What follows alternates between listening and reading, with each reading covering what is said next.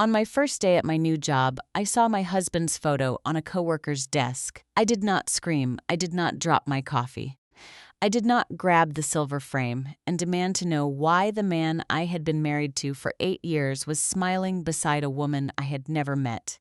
I simply stood behind my new desk at Harborview Children's Foundation, looked at the picture, and asked in the calmest voice I had ever used, "Who is that?" The woman sitting across from me smiled so brightly it almost hurt to look at her. "That's my fiancé," she said, touching the corner of the frame with her fingertips. "Julian. We're getting married this winter." My husband's name was Julian Mercer. He was wearing the navy wool coat I bought him in Quebec for our 6th anniversary, the same coat he had told me was too sentimental to wear in bad weather. His left hand was resting on the woman's shoulder, and if you looked closely, you could see his wedding ring was missing. I kept my face perfectly still. Then she said the sentence that separated my life into before and after. "He's a widower. His first wife died 3 years ago. That's actually why we're doing the memorial fund at Friday's gala." For a second, the office around me turned silent. Phones stopped ringing. Keyboards stopped clicking. The city outside the 10th floor windows disappeared behind a gray blur. Because I was Julian Mercer's wife. I was alive. And apparently, I had been dead for 3 years. The woman's name was Avery Lane. She was 27, soft-spoken, pretty in a gentle way, with chestnut hair, and the kind of trusting eyes that made you want to protect her from bad news. She wore a pale blue blouse, a pearl bracelet, and a diamond ring, so large it looked uncomfortable on her small hand. She tilted her head, still smiling. "Sorry, that was a lot to say on your first morning. I just get emotional about him. He's been through so much." I looked at the photo again. Julian's smile was warm, devoted, practiced. The exact smile he gave my mother when he carried her groceries. The exact smile he gave me when he kissed my forehead before leaving the house that morning. "Tomorrow is your first day," he had said while adjusting my coat collar. "They're lucky to have you, Nora." Nora. My name, the name printed on the Memorial Fund program sitting 2 inches from Avery's keyboard. Nora Mercer Memorial Pediatric Recovery Fund. I stared at the small stack of lavender invitation cards beside the photo. My own name was written in silver letters beneath a watercolor drawing of a lighthouse. Avery noticed my eyes and picked up one of the cards. "This is for Friday," she said. "The gala is our biggest donor event of the year. Julian is speaking about Nora's legacy. It's going to be beautiful." I reached for the card. My fingers did not shake. The text beneath my name read, "In loving memory of Nora Whitaker Mercer, whose compassion continues to light the way for children and families in crisis." There was a quote below that. "Love is not possession. Love is shelter." My stomach turned. That was not a public quote. That was a line from my wedding vows. I had said it to Julian 8 years earlier in a small garden ceremony behind my aunt's house. There had been 30 guests, rain clouds, and yellow roses tied to white chairs. Julian had cried when I said that line. He had repeated it to me on our first anniversary. He had written it in a card after our second miscarriage. And now he had placed it under my fake obituary to raise money in a room full of donors. I looked back at Avery. "It sounds meaningful," I said. "It really is," she replied. "Julian says Nora would have wanted her story to help people." I smiled, not because anything was funny, because in that moment, I understood something with absolute clarity. If I reacted too soon, Julian would explain. He would twist. He would call me unstable. He would tell everyone I had misunderstood. He had already killed me once on paper. I had no doubt he could bury me again with words. So I kept smiling. I placed the memorial card gently on my desk and said, "I'd love to learn more about Friday." Avery's face lit up. "Oh, you will. Since you're our new compliance director, you're actually joining at the perfect time.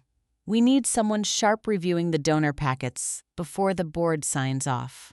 I looked down at my dead name shining in silver ink. "Perfect," I said.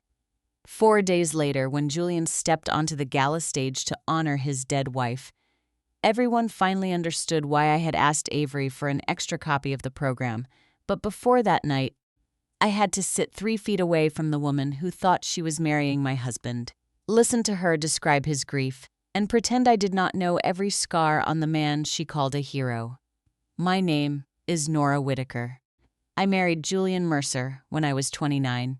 He was 31, charming, ambitious, and beautifully wounded in the way that makes careful women think love can heal what pride refuses to name. We met at a nonprofit leadership conference in Denver. I was a grants manager for a family housing charity.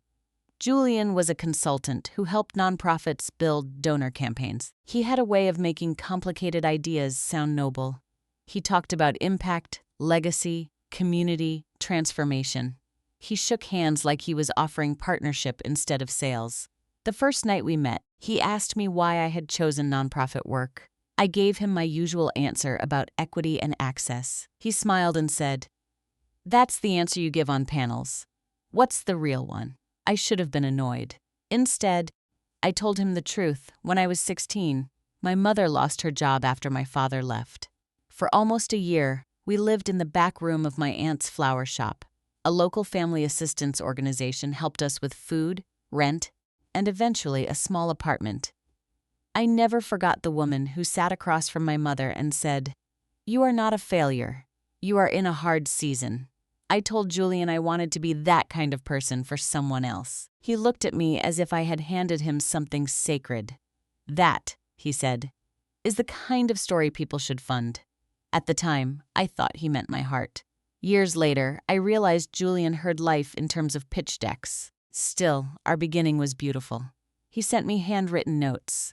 He remembered the small things. My coffee order, my fear of driving over bridges, the fact that I hated red roses because my father sent them every year on my mother's birthday while forgetting to call me on mine. He was not rich then. Neither was I. Our first apartment had uneven floors and a dishwasher that sounded like a plane taking off. We bought thrift store bookshelves and argued lovingly about whether a kitchen table needed to match the chairs. Julian was building his consulting business. I was working long hours and paying down student loans. For the first 5 years, I believed we were a team. When his first business partnership collapsed, I used my bonus to cover our mortgage for 3 months. When his mother needed surgery, I arranged the insurance paperwork and took 2 weeks of leave to drive her to appointments. When Julian wanted to leave a stable job to start Mercer Strategy Group, I was afraid, but I stood beside him. I told him we could survive one uncertain year. 1 year became 2, then 3. His company slowly grew, but not in the clean upward line he imagined. Some months were good. Others were held together with my salary and careful budgeting. Julian hated that, not openly. He never said, "I resent you." He said things like, "I just want to be the man who provides." He said, "It's hard when your wife is always the responsible one." He said, "Sometimes I feel like I'm renting space in a life you already built." I would take his hand and say, "It's our life. But insecurity is a room with no windows. You can keep turning on lamps. It will still feel dark to the person inside." The first major change came 3 years before my first day at Harborview. Julian began traveling more. At first, it made sense. His consulting contracts were expanding. He was working with hospitals, family foundations, donor networks, and regional nonprofits. He would leave on Monday for Seattle, Portland, Sacramento, Boise. He would come home late Thursday or Friday, exhausted but affectionate. I missed him, but I trusted him. Trust is not dramatic when it is real. It is ordinary. It is leaving your phone on the counter. It is packing someone's vitamins into their suitcase. It is hearing late meeting and not creating a story around it, because you believe you already know the story you live inside. Then his grief began. Not real grief. Borrowed grief. He became fascinated with widower stories and fundraising campaigns. He would tell me about men who created scholarships after losing wives, parents who started pediatric funds after losing children, families who turned tragedy into legacy. "People give when they feel a personal connection," he said one night while washing a wine glass. "That's true," I said. "Tragedy opens wallets faster than statistics." I looked at him. That's a very ugly way to phrase it. He dried the glass and shrugged. It's not ugly. It's honest. I should have remembered that. Around that same time, he started asking me strange questions. Would I ever want a fund in my name? Had I updated my life insurance? Did I think a person could be honored while still alive? Or did memorial giving only work after death? Once, while we were brushing our teeth, he said, "Nora Mercer Memorial Fund has a nice sound to it." I laughed because I thought he was joking. "Please don't kill me for donor engagement," I said with toothpaste in my mouth. He laughed too. Now I know some laughs are not agreement, some laughs are cover. When I accepted the compliance director role at Harborview Children's Foundation, Julian's reaction was almost invisible. Almost. We were eating dinner. I had made lemon chicken, and he was checking his phone between bites. "I got the job," I said. He looked up too quickly. "At Harborview?" "Yes." He put down his fork. "I thought you were still deciding." I was. Then they made a strong offer. It's a good move. He smiled after half a beat too long. "That's great. I'm proud of you." But his eyes had gone somewhere else. Later that night, he asked which department I would be in, who I would report to, what floor, what projects I would handle first. I thought he was interested. Now I know he was calculating risk. He even said, "Are you sure you want to start right before their gala? Those events are chaos." I said, "That's exactly why they need compliance." He kissed my temple, my organized wife, my alive wife, I should have said. On my first morning, Julian made coffee, packed my lunch, and sent me out with that familiar forehead kiss. By 9:30, I was standing beside Avery Lane's desk, holding my own memorial card. By 10, I had been introduced to the development team. By 11, I had a password, a laptop, and access to the donor compliance portal. By noon, I knew the fund in my name had raised $480,000 in pledged donations before I even walked into the building. I found that number in a preliminary board packet.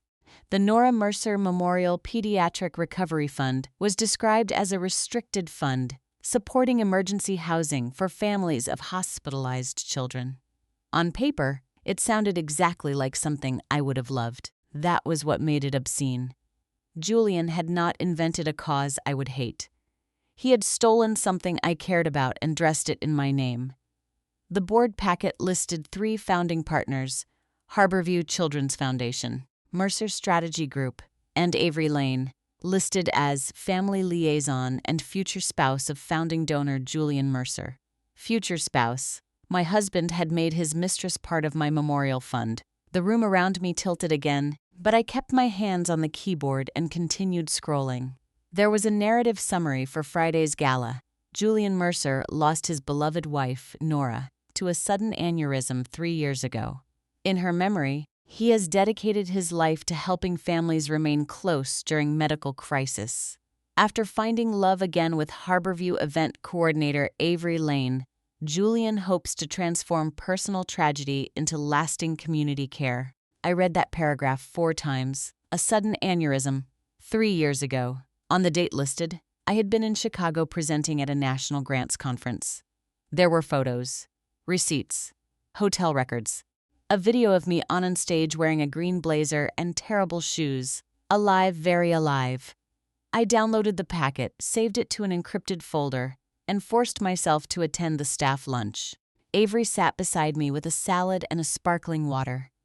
She was excited about Friday, nervous about the donors, and completely unaware that every sentence she said was evidence. "Julian is so brave," she told the table. "He still struggles talking about Nora, but he says hiding pain helps nobody."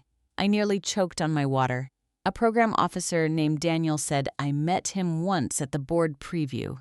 Very impressive guy. "He is," Avery said softly. "He spent years feeling guilty for moving on. I had to tell him Nora would want him happy." I looked at her then, really looked. There was no cruelty in her face, no triumph, no secret satisfaction. Avery was not gloating because she had stolen someone's husband. She thought she had rescued a grieving man from loneliness. Julian had not only lied to me, he had weaponized my imaginary death to make another woman feel chosen. That realization changed the shape of my anger. It became colder, More precise, that evening, Julian texted at 5:12 board dinner tonight. Don't wait up. Hope day one went well, love. I stared at the message while standing in the Harborview lobby beneath a banner advertising Friday's Gala. Under the banner was Julian's headshot, not a candid photo. A professional portrait. Julian Mercer, founder, Mercer Strategy Group. Keynote speaker. I typed back, long day.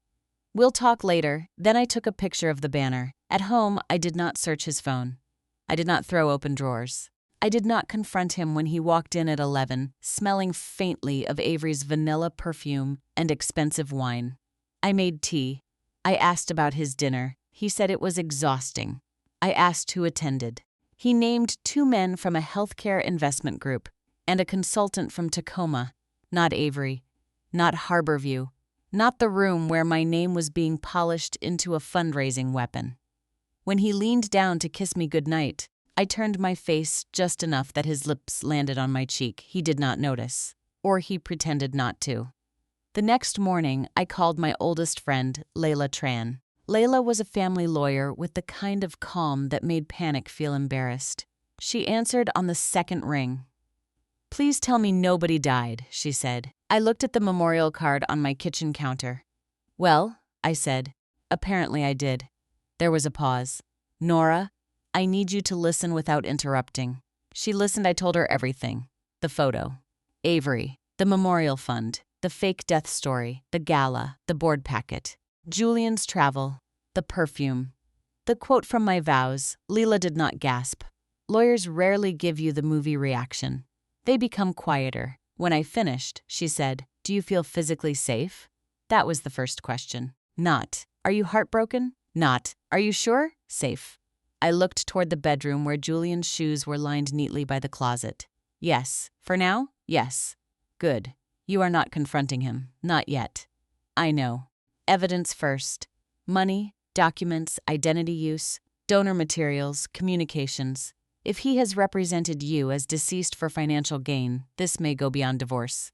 I know. Do not access anything illegally. Do not take his phone. Do not hack accounts. Use what you are authorized to access at work and what you are authorized to access in your marriage.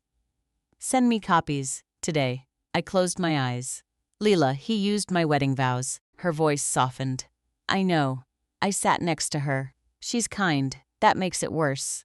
Yes, but it also means she may become a witness instead of an enemy.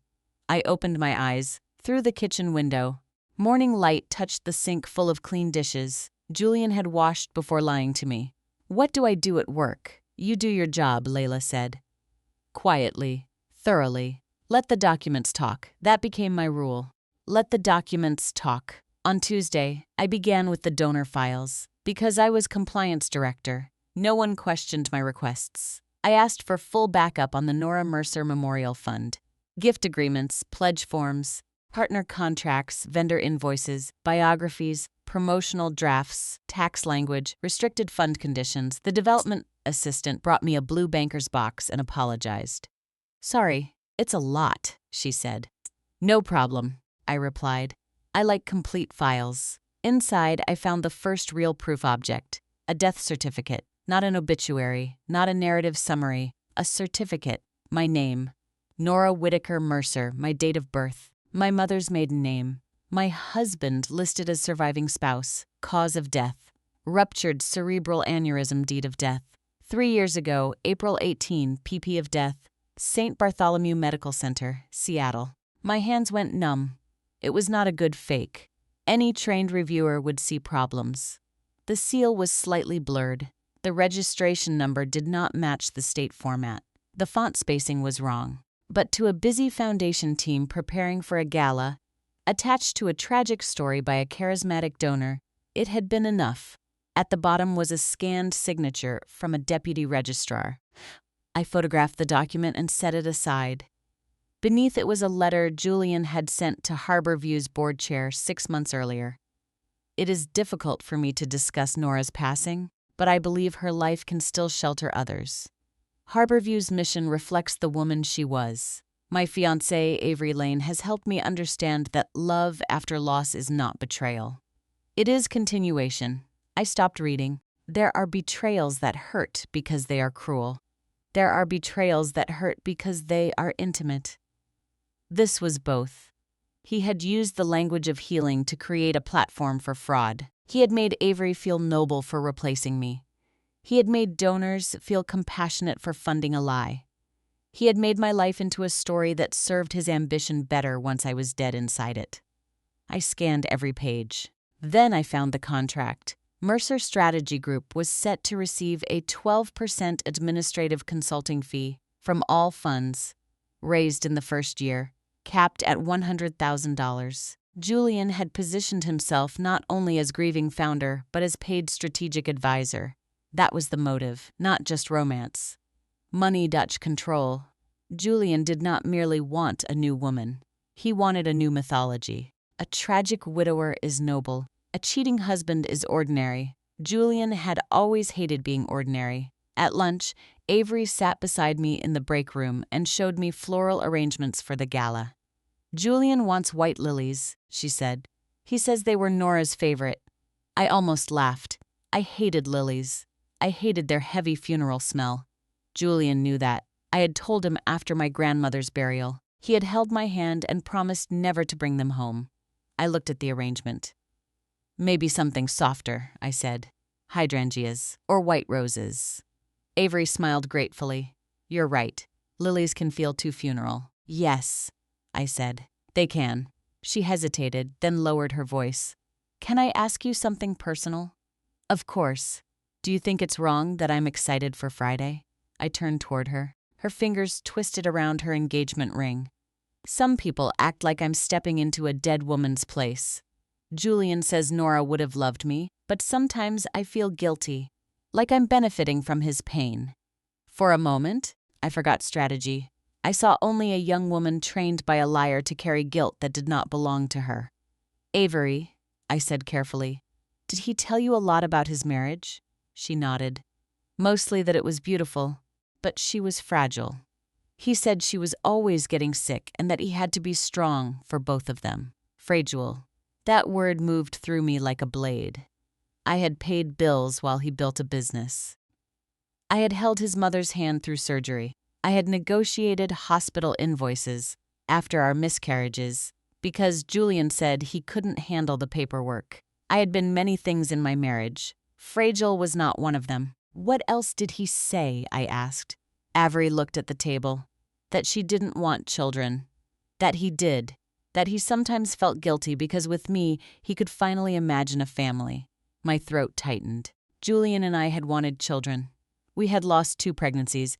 After the second loss, I spent 3 nights sleeping on the bathroom floor because grief made beds feel too soft. Julian cried once, in the car, then never spoke about it again unless I brought it up. Eventually, he said maybe it was a sign we should focus on work for a while. Now he had turned our loss into my supposed coldness. I breathed in, then out. I could not tell Avery yet. If I told her without documents ready, Julian might pull her back into his story. He would cry. He would say I was mentally unstable. He would say grief had twisted me. He had already rehearsed that kind of lie with my corpse, so I only said, "Excitement and guilt can exist at the same time. But before you marry anyone, make sure you know the whole truth about them." She looked at me strangely. "That sounds like advice from experience."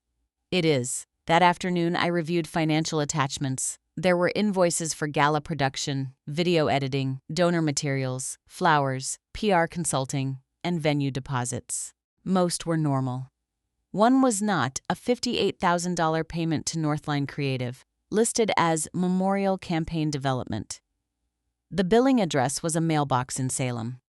The contact email was a private domain registered to Julian. I checked our joint account that night after he fell asleep. There it was, a withdrawal from our home equity line, $75,000. Purpose: renovation reserve. 6 months earlier, I had never authorized a home equity draw. The electronic authorization packet had my initials on it, but the IP address belonged to Julian's office. I sat in the dark home office with the screen glowing on my face, and for the first time since seeing the photo, I cried, not loudly, not dramatically, just Sighs and tears dropping onto my hands as I looked at my own forged initials. He had not only declared me dead to strangers, he had used my living signature to fund the lie. The next day, Layla filed an emergency consultation with a forensic document examiner and advised me to freeze any joint credit access I legally could. She also contacted a financial investigator she trusted. "Nora," she said, "listen to me carefully. This is no longer just infidelity. This is identity fraud, financial dissipation, and potentially charitable solicitation fraud. You need to alert your employer's general counsel before the gala. I know. Do it today." At 3 that afternoon, I requested a confidential meeting with Harborview's CEO, Marianne Ellis, and General Counsel, Thomas Reed. I had known them for 2 days. Walking into that conference room with a blue banker's box, my marriage certificate, my passport, recent photos, bank records, the fake death certificate, and the donor packet felt like walking into a courtroom while still bleeding. Marianne Ellis was in her 50s, composed and kind-eyed, with silver hair cut to her chin. Thomas Reed looked like a man who could smell liability through concrete. I placed the memorial program on the table first. "My name is Nora Whitaker Mercer," I said. "I am the woman this fund claims is dead." Neither of them spoke for several seconds. Then Thomas said, "I'm sorry. Could you repeat that?" I repeated it. Then I showed them everything: the photograph on Avery's desk, the board packet, the fake certificate, the contract giving Julian fees, the home equity withdrawal, my marriage license, my current passport, a time-stamped photo of Julian, and me at my mother's birthday dinner 2 months earlier. Marianne covered her mouth with one hand. Thomas became very still. "Does Ms. Lane know?" he asked. "I don't believe so. Does Mr. Mercer know you're aware?" "No." Marianne looked toward the door as if she could see the entire foundation collapsing through it. "Friday's gala has already sold out," she said quietly. "We have donors flying in. Press, patient families. A board vote, the restricted fund agreement." Thomas leaned back. "We cannot allow the agreement to be signed." "I agree," I said. "We also cannot publicly accuse him without process." "I'm not asking you to. What are you asking?" I looked at the lavender memorial card. "I'm asking you to let me do my job. Review the fund, stop the fraudulent agreement, and disclose the conflict before your donors commit money under false pretenses." Marianne studied me. "And personally," I said, "I would like the chance to be alive in the room where my husband planned to profit from my death." The silence that followed was not awkward. It was human. Marianne reached across the table and touched the edge of the program, not my hand. I appreciated that. Sympathy can feel like pressure when you are trying not to break. "We will involve outside counsel immediately," she said. "And the board chair. We will also prepare security." Thomas added, "If you proceed publicly, he may react badly." "I know. Are you sure she'd want to be present?" I looked at my own name in silver ink. "Yes." On Thursday, I sat beside Avery as she assembled place cards. She hummed while sorting donor names. Julian texted her 3 times in 10 minutes. Each time she smiled. Then my own phone buzzed. "Julian. Portland overnight tomorrow. Big donor dinner. Wish me luck." I looked at Avery's screen as it lit up beside her. "Julian. Tomorrow changes everything. Can't wait to stand beside you." I almost admired the coordination. Almost that evening, when I got home, Julian had ordered Thai food and lit candles, the guilt dinner. He did that when he wanted to feel like a good husband before doing something terrible. "How was work?" he asked. "Busy. Gala stuff?" I looked at him over the rim of my water glass. "Yes. Their Friday event is a major one." His hand paused on the takeout container. "Are you going?" "I'm compliance director. I have to be there." A shadow moved through his face. Only for a second, then he smiled. "That's great. Maybe we'll cross paths sometime. I do some work with them." "Really? Small world." "Very." He cleared his throat. "I'll be tied up with donors most of the night. If you see me, I may have to stay professional." "Professional," I nearly laughed. "Of course." He reached for my hand. "Nora, I know I've been distracted lately." I let him hold my fingers. "I know. After this week, things will settle down. I want us to take a trip. Maybe Maine. You always liked the water. The cruelty of that almost stopped my breath. The photo on Avery's desk had been taken at the Portland Headlight. In it, Julian wore my anniversary coat with his arm around another woman while telling her his dead wife loved the ocean. Yes, I said. I like the water. He squeezed my hand. I love you. I looked at him. I wanted to ask which version of me he loved, the living wife who paid the mortgage, the dead wife who opened donor wallets, the fragile ghost who made him noble. Instead, I said, get some sleep, big day tomorrow. On Friday morning, I dressed carefully, not beautifully, carefully. A black silk dress, low heels, my mother's pearl earrings, my wedding ring on my finger because I wanted every camera to see it. In my bag, I carried copies of the marriage certificate, the fake death certificate, the home equity documents, the Gala program, and a small framed photo from our anniversary dinner 2 months earlier. Julian had his arm around me in that picture. He had posted it nowhere, of course. But my mother had printed it because she still believed in albums. The gala was held in the glass atrium of the Portland Maritime Museum, overlooking the harbor. Harborview had chosen it because the fun branding used a lighthouse image, and donors loved symbolism. White roses lined the entrance, not lilies. Avery had listened to me. For a moment, that hurt. She arrived at 6 wearing a pale green dress and the diamond ring. Her eyes were bright, her cheeks flushed with nervous excitement. When she saw me, she hurried over. Nora, you came. The first time she said my name, I wondered if the universe had a sense of humor or just cruelty. I did. Julian is so nervous. He keeps rereading his speech. I'm sure he does. She touched my arm. I'm glad you're here. You've been so kind this week. I looked at her hand on my sleeve. She was about to lose her future in public. I was about to lose the last illusion of my marriage. Neither of us deserved the room Julian had built for us. Avery, I said softly, whatever happens tonight, remember that questions are not betrayal. She frowned. What do you mean? Before I could answer, applause began near the entrance. Julian had arrived. He wore a charcoal suit, no wedding ring, and the expression he reserved for rooms worth impressing.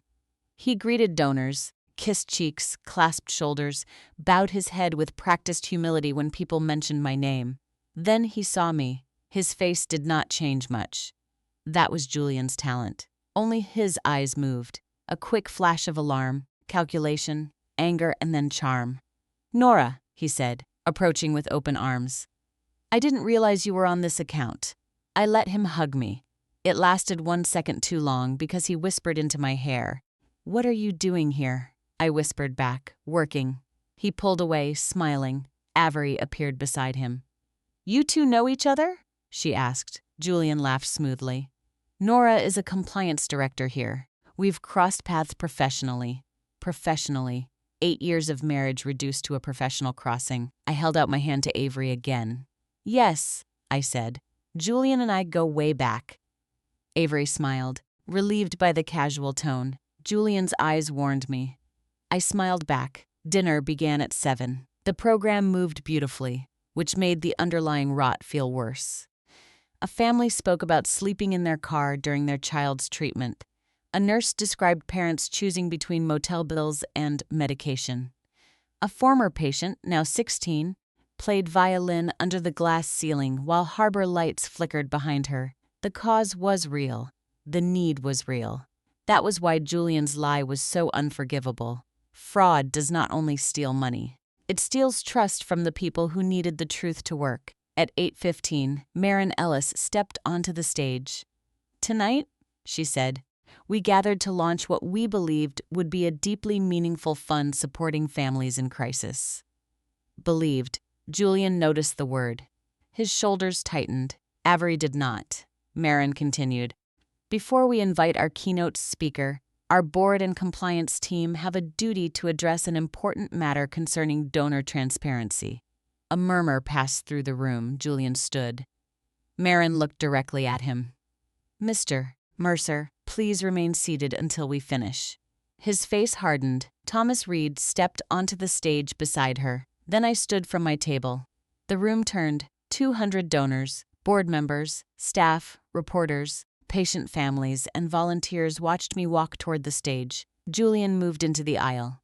"Nora," he said under his breath. "Don't." I stopped beside him. "For 3 years," I said quietly, "you told people I couldn't speak. You don't get to interrupt me now." Then I walked past him. On stage, the lights were brighter than I expected. For a second, I could not see faces, only shapes. Then my eyes adjusted, and I saw Avery standing near table 7, one hand on her chest. I took the microphone. "My name is Nora Whitaker Mercer," I said. "I am Harborview's new compliance director. I am also Julian Mercer's legal wife." The room went silent, not quiet, silent. Avery's face changed in a way I will never forget. Confusion first, then rejection, then fear. Julian shot to his feet. "This is a private matter," he said loudly. "This is inappropriate." Thomas Reed spoke into a second microphone. "Mr. Mercer, security has been instructed not to allow you near the stage." 2 guards moved closer to his table. I kept going. "The fund you were invited to support tonight is called the Nora Mercer Memorial Pediatric Recovery Fund. Its founding story states that I died 3 years ago from a ruptured aneurysm." I held up the lavender program. "This is false." Whispers erupted. I waited. Then I placed my passport, marriage certificate, and a current photograph on the podium camera. The projection screen behind me displayed them one by one. My legal name, my date of birth, my marriage to Julian Mercer, a photo of Julian and me at my mother's birthday dinner 2 months earlier. Alive, very alive. Avery whispered, "No." The microphone did not catch it, but I saw the word leave her mouth. I looked at her. I believe Avery Lane was deceived too. Julian's head snapped toward me. That was not what he expected. He expected rage. He expected me to attack her. He expected the room to divide into jealous wife and younger mistress, because that story would give him space to become the reasonable man in the middle. I refused to stand in his script. I turned back to the audience. In the donor file, Harborview received a death certificate bearing my name. That certificate is fraudulent. Harborview also received a proposed consulting agreement awarding Mercer Strategy Group 12% of first-year fund proceeds. Donors were asked to give under a false personal narrative from a man positioned to profit from that narrative. The screen changed. The fake death certificate appeared. Then the consulting agreement. Then the payment schedule. The room began to move with outrage. A board member stood. "Julian, what is this?" Julian's voice rose. "This is a misunderstanding. Nora and I have been separated privately for years. She is using technicalities to humiliate me." I laughed once. It was not elegant, but it was honest. "Separated?" I said. "You slept in our bed last night." Gasps. Avery covered her mouth. Julian's face went red. "That is not relevant." "It is very relevant when you told this foundation I died 3 years ago." He pointed toward me. "You were emotionally absent. Our marriage was dead." I used language people could understand. That sentence did something strange to the room. Even people who had been confused now looked disgusted. A marriage being unhappy is not the same as a wife being dead. Avery stepped into the aisle. "You told me she died," she said, voice shaking. "You took me to the lighthouse and said you scattered her ashes there." My stomach turned. Ashes. He had invented ashes. Julian softened his voice. "Avery, please." I was trying to explain grief. "She is standing right there," Avery said. "I know this looks bad." A laugh rose from somewhere in the back of the room. Then another, not amused laughter, disbelieving laughter. I reached into my folder and held up the final document. "This is an electronic authorization for a $75,000 draw from the home equity line Julian and I share. It contains my initials. I did not authorize it. The funds were transferred to a campaign vendor connected to tonight's memorial materials." The screen displayed the authorization. Then the IP log, then the vendor invoice. Thomas Reed stepped forward. "Harborview has suspended all agreements connected to the proposed memorial fund. We have notified outside counsel, the State Charitable Solicitation Division, and law enforcement. No donations given tonight will be processed into this fund. Donors will be contacted individually with options for refund or redirection to verified family housing support. That was the professional death blow. Not my marriage certificate. Not my living face. The money. The donors understood immediately. Julian had not simply lied for romance. He had built a financial machine around a dead woman who was breathing into a microphone.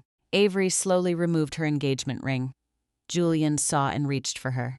"Avery, don't do this." She flinched away. "You let me comfort you for a wife you went home to every night." His mouth trembled. "I love you." "No," she said, crying now.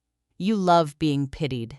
That sentence cut him more deeply than anything I had said, maybe because it came from the version of life he had planned to keep. Security moved closer as Julian began looking around for allies. He found none. The board chair would not meet his eyes. The donors stepped back. Reporters lifted cameras. Staff members whispered into phones. The hero widower had become a live fraud investigation in under 10 minutes. Julian turned to me, desperation cracking through his polished face. "Nora, please, we can talk. Don't ruin me."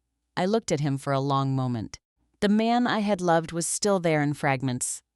The line of his jaw, the scar near his eyebrow from a bike accident, the hands that had once held mine in hospital rooms, the voice that had promised shelter. But fragments are not a person you can trust. "I did not ruin you," I said. "I just attended my own memorial." The room stayed silent. Then Marin Ellis returned to the microphone. "This event will pause for 15 minutes. Harborview staff will assist donors with questions. Mr. Mercer, you are being asked to leave the premises." Julian refused at first. Of course he did. Men like Julian do not imagine consequences until consequences have a witness list. When two uniformed officers entered through the side doors, his resistance collapsed. He did not get handcuffed on stage. Real life does not always deliver perfect visuals, but he was escorted out between security and police while reporters followed him through the atrium. Avery sat down hard in a chair and sobbed. I stepped off the stage and walked toward her. She looked up as if she expected me to slap her. I did not. I sat beside her. "I'm sorry," she whispered. "I swear I didn't know. I believe you. He told me you died alone. He said he still talked to your photo. He said he felt guilty loving me." I closed my eyes for 1 second. Julian had always known where to press on a woman's empathy. Avery reached into her purse and pulled out a small velvet ring box. He said this belonged to his grandmother. I looked at the ring. It did not belong to his grandmother. It was my second engagement ring. The first one had been damaged years earlier when I slammed my hand in a car door. Julian had replaced it with a modest sapphire because I loved blue stones. 6 months ago, he told me he had taken it to be cleaned and then said, "The jeweler lost it." We fought with the store for weeks. They reimbursed us, or so I thought. I took the ring box carefully. The sapphire looked back at me like an eye. Avery saw my face. "Oh God," she whispered. "It was yours." "Yes." She started crying harder. I placed the box in my bag, not because of the money, because sometimes an object becomes a receipt for the exact shape of disrespect. That sapphire ring became the proof object Layla later used to connect Julian's emotional lies to financial theft. He had filed an insurance claim for a lost ring, received reimbursement, and then given the ring to Avery as an heirloom. 1 ring, 2 lies, 1 husband who thought women would never compare notes. After the gala, I did not go home. Leela had already arranged for me to stay in a small hotel under my maiden name. My mother came the next morning with a suitcase, soup, and the kind of fury only quiet women carry well. She hugged me for a long time. Then she said, "I want to break every plate in your kitchen." I laughed for the first time in days. Use the ugly ones. We did not break plates. We drank coffee from paper cups and made lists. Divorce filing, emergency financial orders, credit freeze, home equity dispute, police statement, employment disclosure, therapy, new locks. It is strange how quickly a life becomes administration after betrayal. People imagine the reveal is the ending. It is not. The reveal is the explosion.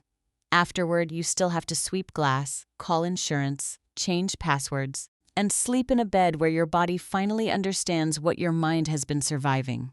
Julian called 36 times that weekend. I did not answer. His messages arrived in waves. At first, rage. You had no right to do that publicly. Then blame. You knew I was under pressure. You never supported my work. Then bargaining. We can say I exaggerated your death metaphorically for campaign reasons. Then pity. I think I'm going to lose everything. Then the closest thing to truth. I don't know why I did this. Leela read every message before I did. Do not respond, she said. I won't. On Monday morning, Avery came to Harborview with her father and a lawyer. She looked smaller without the ring. Younger. Humiliated.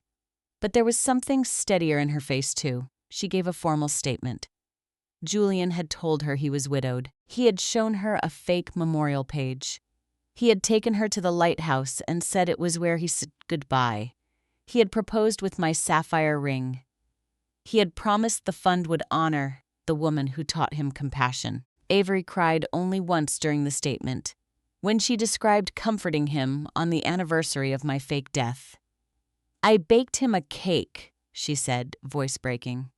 I thought grief anniversaries shouldn't be spent alone. I stared at the conference table.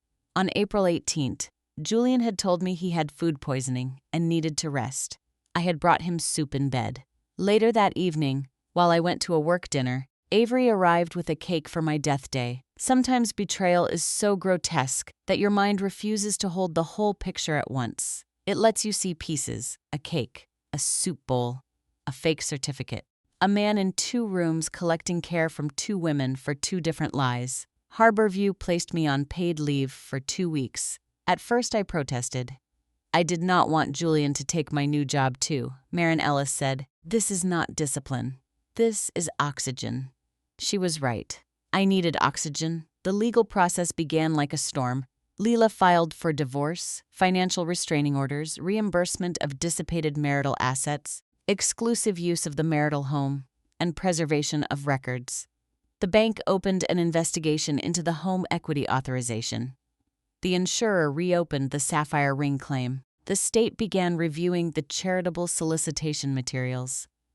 Harborview's outside counsel referred the fake death certificate to authorities. Julian's consulting contracts evaporated faster than I expected, not because people cared about my marriage, because donors care about risk. Nobody wants a consultant who invents dead wives for fundraising. His mother called me once from a blocked number. She had always been polite to me, but distant. She believed Julian was exceptional, and I had been acceptable because I made him look stable. On the phone, she cried, "Nora, he made a mistake." I stood in my hotel bathroom looking at my reflection. "A mistake is forgetting an anniversary," I said. "Your son forged my death. He was desperate. So was I when I paid our mortgage during his failed launch. I didn't create a fake corpse." She gasped as if I had slapped her. "Must you be so cruel?" "No," I said. "That's the first thing I've been allowed to choose in years." I hung up. The story went public, of course, not nationally. We were not famous. But locally, it spread through nonprofit circles, donor networks, and the strange, hungry machine of social media. People sent me messages, some kind, some disgusting. A few women wrote, "My husband lied about being divorced too." One wrote, "My ex told people I abandoned my children while I was in the hospital." Another wrote, "I stayed quiet for years because I thought nobody would believe me. Thank you for walking on stage." I saved that one, not because I wanted to be a symbol, because it reminded me I was not the only woman who had been turned into a story by someone who wanted sympathy more than truth. 3 weeks after the gala, Julian asked for mediation. I agreed because Layla advised it, and because I wanted to see him once in a room where rules existed. He arrived with a lawyer, unshaven, thinner, wearing a gray suit I had bought him for a conference in Atlanta. For a moment, grief moved through me. Not longing. Grief. The body remembers love before the mind approves. He looked at me across the table. "Nora," he said. I said nothing. The mediator explained the process. Julian's lawyer began with cautious language about emotional distress, marital breakdown, reputational damage. Leela let him speak for 5 minutes. Then she slid a binder across the table. It contained the death certificate, bank records, insurance claim, ring photos, home equity authorization, vendor payments, donor packet, and Avery's sworn statement. "Let's not insult everyone's calendar," Layla said. Julian's lawyer stopped talking. Julian stared at the binder. Finally, he said, "I didn't think it would go this far." That was his confession. Not legal. Not enough. But human. I looked at him. "How far did you think death would go?" His eyes filled. I felt invisible in our marriage. I almost laughed. "You made me literally invisible." He flinched. "I know." "No, Julian, you don't. You felt small beside me. So you found a way to become tragic and heroic beside someone else. You didn't want a partner. You wanted an audience." He covered his face with both hands. "I loved you." "Maybe," I said. "But you loved the version of yourself people became when they pitied you more." The settlement took hours. In the end, Julian agreed to sell his shares in a private investment account to repay the home equity draw, the campaign payments sourced from marital funds, the insurance fraud amount, and my legal fees. He gave up claim to the apartment for a fixed period while it was prepared for sale. He signed a no-contact agreement. He agreed to cooperate with Harborview's investigation. The criminal and regulatory matters continued separately. I did not control those. That was another lesson. Justice is not always a weapon you hold. Sometimes it is a process you stop protecting someone from. Avery left Harborview 2 months later. Before she left, she came to see me. We met in the same break room where she had once asked if it was wrong to feel excited. She looked healthier, sadder but clearer. No diamond ring, no pearl bracelet. Her hair was tied back, her face bare of heavy makeup.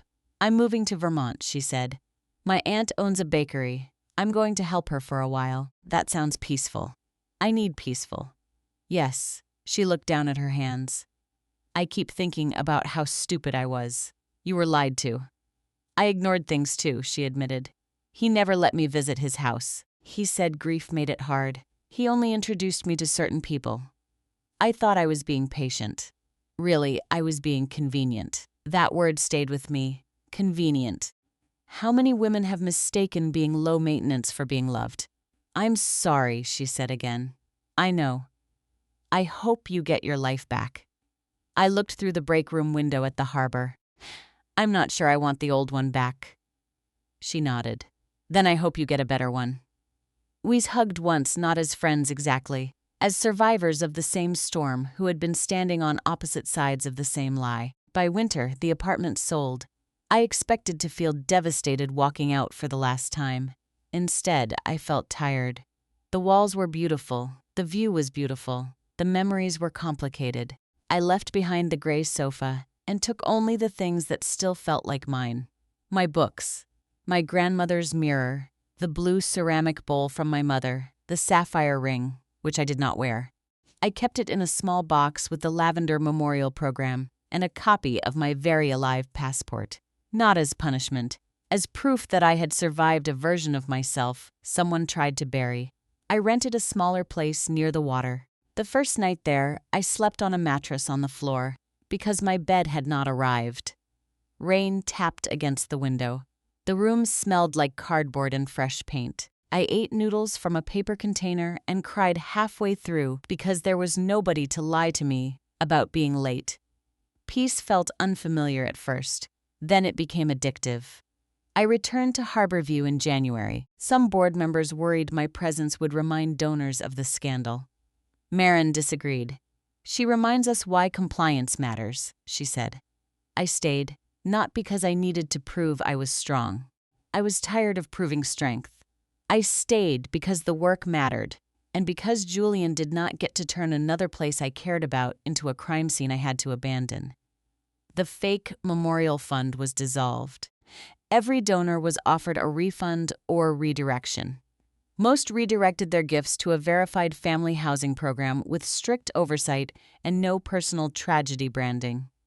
At the first clean board meeting after the investigation, Marin asked if I would review the new fund language. The title was simple: Family Stay Fund. No dead wife, no hero widower, no stolen vows. Just money for motel rooms, gas cards, emergency meals, and temporary housing. I approved it. A year later, the fund helped its 100th family stay close during treatment. The mother sent a handwritten thank you note. It said, "We were able to sleep near our son because of this program. Thank you for making it honest." I pinned that note above my desk. Julian eventually pleaded to lesser charges related to forged documentation and financial misrepresentation. He avoided prison, but not consequences. Probation, restitution, professional ruin in the nonprofit consulting world. His name became searchable in ways he could never brand away. People asked if that felt satisfying. Sometimes, not always. There is a strange emptiness after a person who built themselves out of lies finally collapses. You expect the collapse to fill the hole they left. It does not. Healing filled it slowly. Therapy, morning walks, dinner with my mother. A pottery class where every bowl I made leaned to one side. Learning to sleep without listening for the front door. Learning that loneliness is not the same as abandonment. Learning that being chosen by someone dishonest is not proof you were foolish. It is proof they studied where you were generous. On the anniversary of the Gala, I drove to the lighthouse. The real one. The one from the photo on Avery's desk. The one Julian had used as a stage for fake grief. It was windy and cold. Waves slapped the rocks. Tourists took pictures. A little boy dropped his glove and started crying as if the world had ended. His father retrieved it from a puddle and became a hero for 30 seconds. I stood near the fence and looked out at the water. For a long time, I had hated that place. Then I realized places do not betray us. People do. I took the lavender memorial program from my bag. The paper was soft now from being handled. My name still shimmered in silver, Nora Whitaker Mercer. In loving memory, I tore it once, then again, not dramatically. Just carefully, until it became small pieces in my palm. I did not throw them into the ocean. My therapist would have called that symbolic littering, and she was right about annoying things like that. I put the pieces into a coffee cup and threw them away at a gas station on the drive home. That felt better. Ordinary, final. That evening, I took out my wedding vows, the original copy. Love is not possession. Love is shelter. For months, I could not read that line without feeling sick. Julian had stolen it, but he had not invented it. It belonged to me before he misused it. So I framed it. Not with a wedding photo, not with his name. Just the sentence, handwritten by a woman who still believed love could be safe. I put it by my front door, not as a memory of him, as a standard for anyone who wanted to enter my life. Have you ever stayed quiet because you knew the truth would speak louder later? If you have, then you understand that silence is not always fear. Sometimes silence is a file being saved, a receipt being copied, a question being asked gently so the liar keeps talking. Sometimes silence is a woman standing beside her own memorial program, waiting for the exact moment to walk on stage alive. I used to think the worst thing Julian did was cheat. It wasn't. The worst thing he did was try to rewrite my existence into something useful to him. A fragile wife, a dead wife, a source of sympathy, a signature, a story. But I am not a story someone else gets to tell for profit. I am not a memorial fund. I am not a fake certificate. I am not a convenient ghost. I am alive. I am here. And the next time someone says love requires me to disappear, I will remember the gala, the microphone, the lavender program, and the room full of people watching a dead woman breathe. Then I will smile, and I will say no.